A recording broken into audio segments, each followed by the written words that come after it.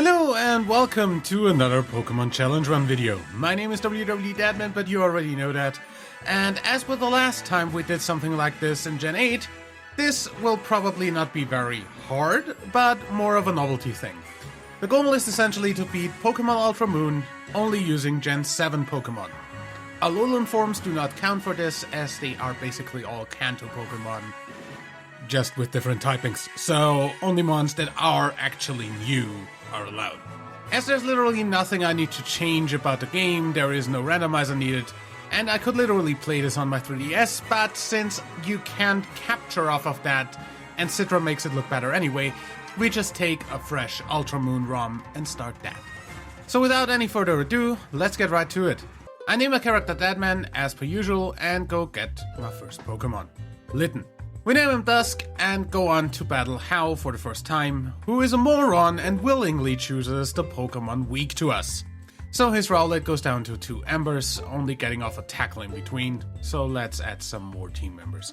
Since apparently the encounter table of Route 1 is fucked until after the intro part, I can't find anything that's even remotely Gen 7 right now, so we go do the Lily thing first and come back later. So fast forward to after the catching tutorial and let's find our first team member. We have the option of Grubbin, but we wouldn't be able to evolve that past Charger Bug until literally endgame, so no interest in that really. And Pikipek, who will be our flying type for this run. Obviously, Route 1 has 100% catch rates, so we just throw a ball at the first one we see. Since at least the first 2 Evos are based on Woodpeckers, we give it the only acceptable name, Woody.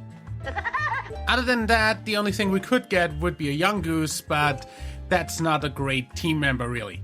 We could also get Rockruff on the way down to the beach, but I don't think a rock type will do much for us, so we skip that too. Next we steamroll Hau with Litten and follow Lily down to the professor's house the next day. After getting the most annoying Pokédex in history and getting tutorialized to hell by Lily in the Pokemon Center, we go to the trainer school. There are literally no Gen 7 Pokemon available here, so we just beat up the trainers and go on to get wiped by the teacher cause she has a fucking level 10 Poplio. Now we have to win this fight, so I go ahead and get my team to level 12 and try again. This time we pack her to a sliver with Woody and finish her with a scratch from Dusk once Woody faints. Let's keep going. Up next we go through Hau'oli City, where we again can't find any Gen 7 mons, so we just continue after being forced to play Pokemon Snap for some reason. Somehow the game has a problem of coming up with any other roadblocks than a Tauros, so we go beat up some Team Skull Clowns instead, and fight the first trial captain before we can take his trial. He leads with Yungoos, who goes down pretty easily to Rock Smashes and Packs, even with me misclicking on Echoed Voice once. His Smeargle though is where I'm glad I don't have any no healing in battle rules for this run, unlike with my other challenges. The damn thing knows Water Gun, so we Ember and Potion spam until he's down. And finally go on towards the first trial. Route 2 by the way, again absolutely zero new Gen 7 Pokemon I want. So, trial time. At least it would be if there wasn't a random Crabrawler blocking us. I'd personally be for punting the hell out of it and just keeping on going, but instead we need to go beat up Team Numbskull at the beach. Now though, trial time. So the trial consists of beating up 2 Rattata, beating up Team Numbnod again, and taking out Eradicate, then fighting the Totem Raticate. So we Fire Fang while it calls for help right away. The Rattata and it get me to under half, so I heal, getting put back down right away. So I Fire Fang the Rattata, who only tail whips that turn nicely enough. After that we live on 1 and flinch once, but the final Fire Fang hits the Totem Raticate from half to 0. Thanks to our ability Flash Fire, seeing as we are at only 3 health at that time. Woody evolves after this battle. With the Normalium Z in our pocket, we continue onwards to the next route. Route 3 once again has absolutely 0 Gen 7 mons, so we will have to stay with our team of 2, it seems. We continue on and find Lily once again having lost track of Nebby, so we go find it and fight a bunch of Ultra Weirdos on the way. Dusk evolves after that fight. Coming back out of the Flower Meadow, Hau wants to fight, so we absolutely stomp him. Up next is the fight with Holler. We managed to take down his Machop and Makuhita, but his Grabrawler is too much, power-up punching us to death. So we go ground a bit. The second attempt, we lead with Woody and two-shot his Machop. Makuhita comes out, we get faked out, hit a pluck the next turn and get arm thrusted 5 times, cause of course it hits 5 times. We heal, and so does he, and another 2 plucks later, we take him down. Grabrawler is last and Z attacks, but leaves us at 3 HP. We heal and confuse it, it breaks through and takes down Woody. So we go to Dusk, we revive Woody, and he just heals the confusion and leaves a bunch. Until we also attack. Eventually Dusk goes down and we go back to Woody and Pluck finishes him off. To the next island. Of course, we need to Mantine Surf over there, which is honestly just a way to drag out gameplay even more in my opinion. It just gets really boring incredibly fast. Anyway, we arrive on the next island, beat up Professor Sycamore's assistants who are on vacation in Alola, and have somebody block the road because they're assholes just for the sake of being assholes. So we go into the jungle. In the next town we pummel Hau again, which I totally forgot to record, but it wasn't too much to talk about anyway. After that I remember that Route 4 had Mudbray and therefore a chance at another team member. So I went and just one-bowled one at full health. What the heck? We name it Troja cause it kinda looks like an artist's rendition of the Trojan horse, and continue onwards. Route 5 has nothing new, so we just go on and run into Gladion and beat him up real quick. Honestly, not too much to talk about here, he was pretty easy. Off to the next trial. So skipping out to the Totem Araquanid fight, I lead with Woody, pluck the Totem to half with a crit, and it calls for Masquerain. Another pluck puts it to red, while Woody goes down to the 2 attacks coming in. Dusk is out and I decide to go for the fighting Z move, but it hardly does damage, and Dusk faints from rain boosted water moves. I send up Troja and revive Woody as Troja is probably a one-shot. It sure is, and Woody plucks the Araquanid to death. We get parried by the Masquerain and full restore before Pluck one-shots. That's it. We clear the Sudowoodo blocking Route 6 and beat up the Ultra Clowns again.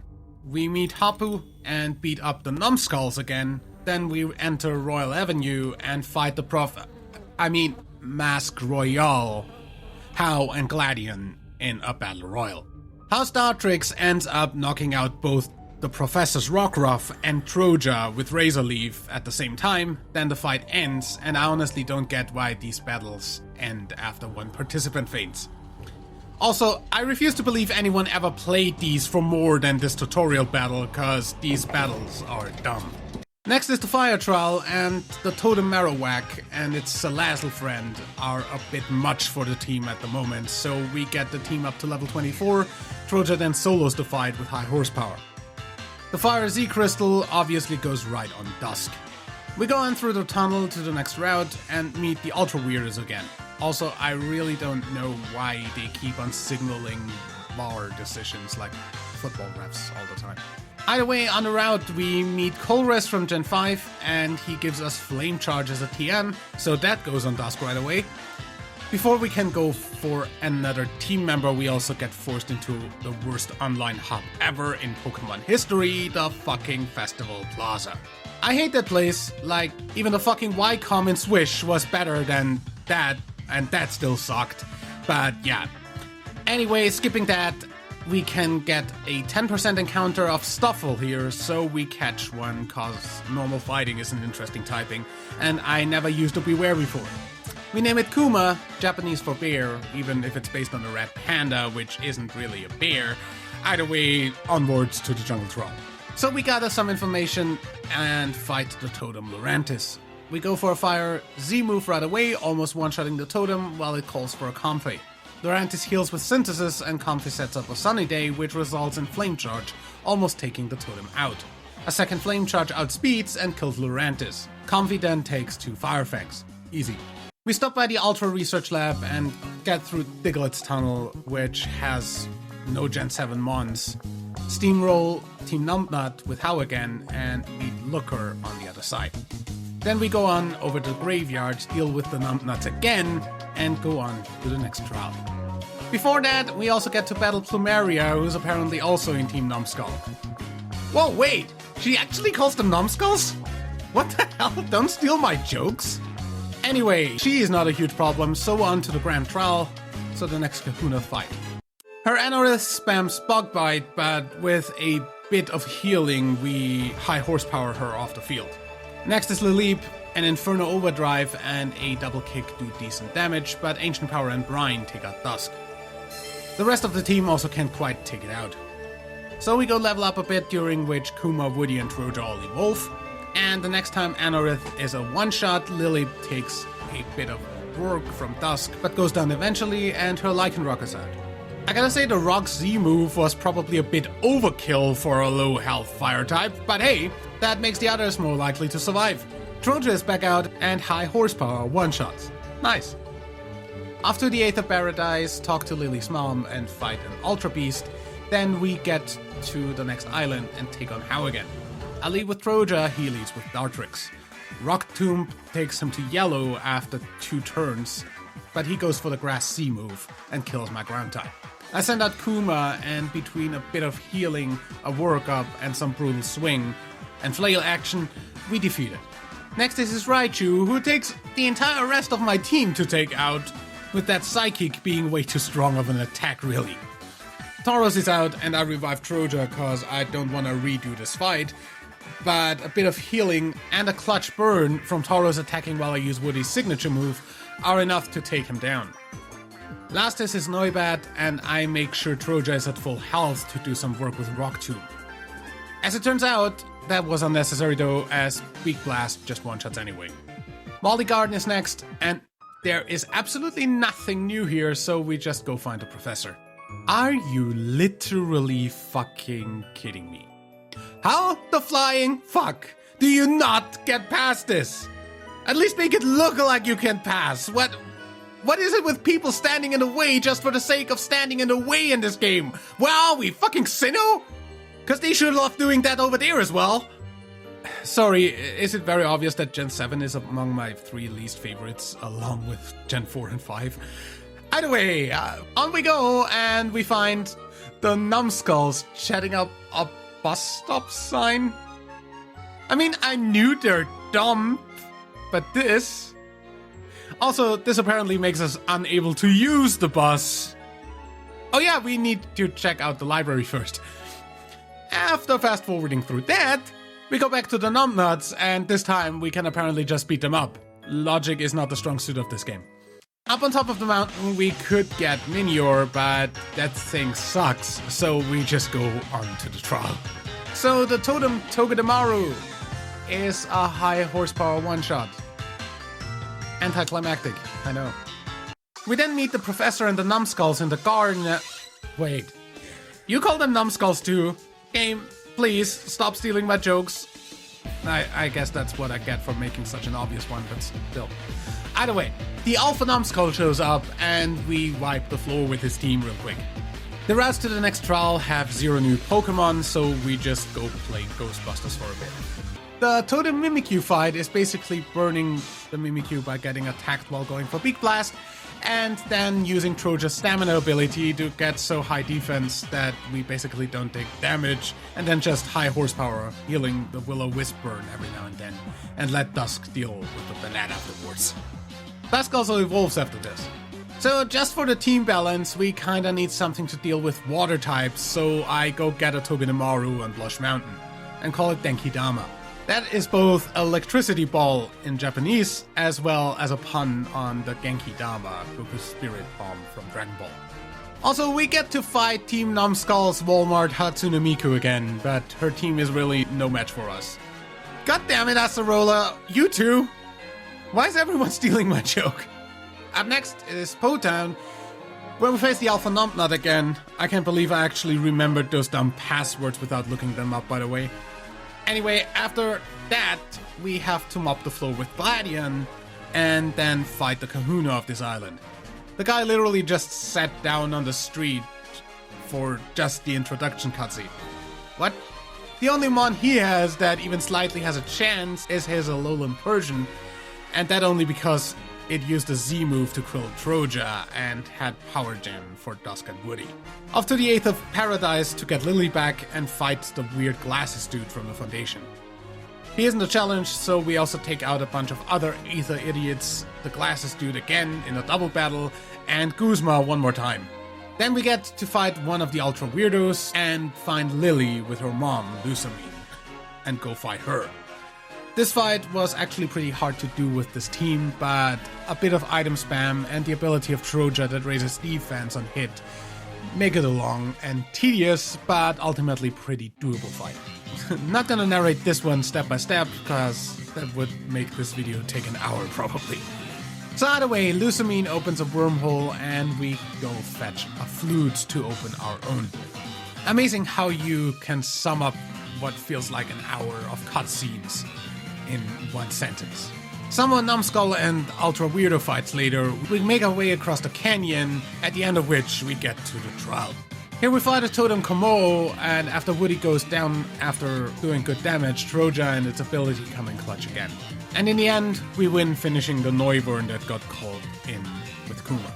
We arrive at the altar of the Mooney, play the flutes, Nebby evolves into Lunala, Necrozma throws some dead bodies out of the wormhole, Lusamine goes zombie mode, and Necrozma fuses with Nebby. Dusk's Darkest Lariat also totally one-shots that fusion from almost full health. We then do the wormhole ride. I totally couldn't steer cause it defaults to motion controls on the 3DS and I can't really do that on Citra.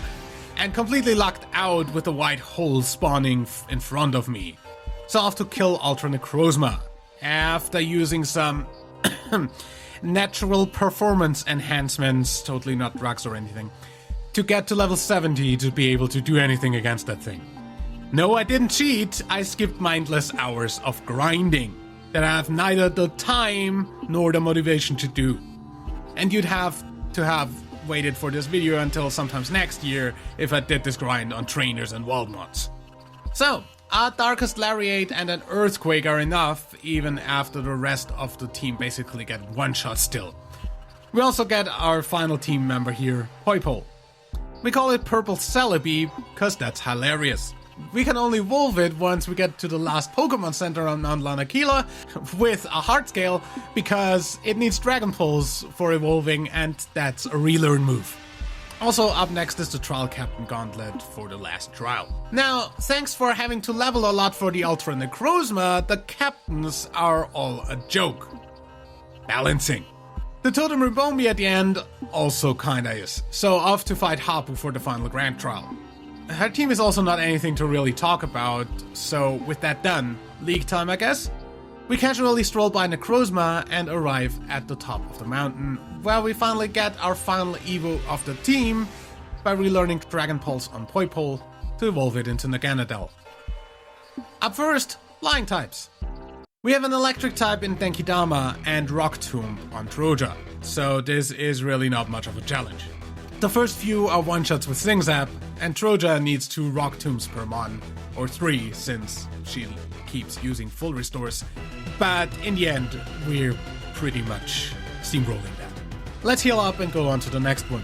Up next, Acerola's Ghost types. Most of them go down to single Darkest Lariat, with Frostless needing 2 attempts at the Fire Z move since we got confused. Really not too much to talk about here either. Third are rock types, we have Kuma as a fighting type and Troja as a ground type. Yeah, this is pretty much a non-issue as well. Finally, steel types. We have like 3 full-on counters to this team, so yeah, let's not dwell on it too much and go on to the champion battle against Hal. He leads with Raichu, I lead with Dusk. He focus blasts for about half, I one-shot with Darkest Lariat. Next is Vaporeon, so I switch to Denkidama. Zing Zap leaves him on like literally 1 HP. I go for Discharge as he full restores and another Zing Zap kills. Taurus is out and I go to Kuma.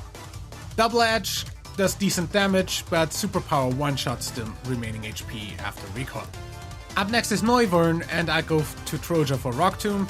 He does about a quarter with Dragon Pulse and we 2-shot with Rock Tomb, so no problem here either.